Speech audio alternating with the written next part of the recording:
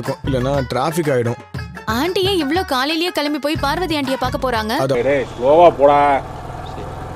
அதுக்கு நீ இம்புல ஸ்லோவா கொஞ்சம் ஃபாஸ்டா போடா. கொஞ்சம் ஃபாஸ்டா போ. செத்த நேரம் அமைதியா வாப்பா. கிளையண்ட் வேற சீக்கிரமா வரேன்னு சொல்லிருக்காங்க. இல்ல நான் வேற ரூட் வழியா போறேன். நான் உடனே கிளம்பணும். எங்களுக்கு ஒண்ணும் தெரியலையே. பார்வதி நேரத்துக்கா பார்க்க போறேன். அது அவளுக்கு உடம்பு சரியில்லைன்னு சொன்னா ஹாஸ்பிட்டலுக்கு உயிரை வாங்குறேன். நல்லா தான் கேட்கல, அப்புறம் என்ன சொன்னாங்க ஒன்னு கேட்டுக்கிட்டே இருக்க நீ.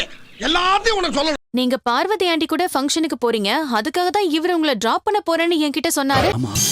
இதுக்கு தான் எதை யோசனை பண்ணி செய்யணும், அதிகாரிக பேச்ச கேட்கணும். புரியுதாப்ப?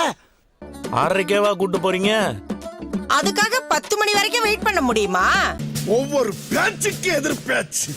என்னடாத்து டைம் ஆக ஆக என்ன நடக்கும்னு தெரியல.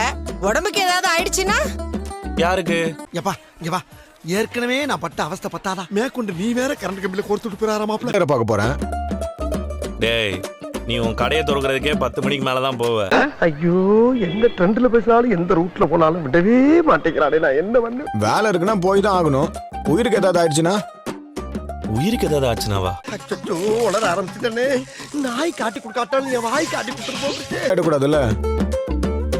அத்தை, அந்த அளவுக்கு அவங்களுக்கு என்ன ஆச்சு? ஃபீவர். வயித்த வலி.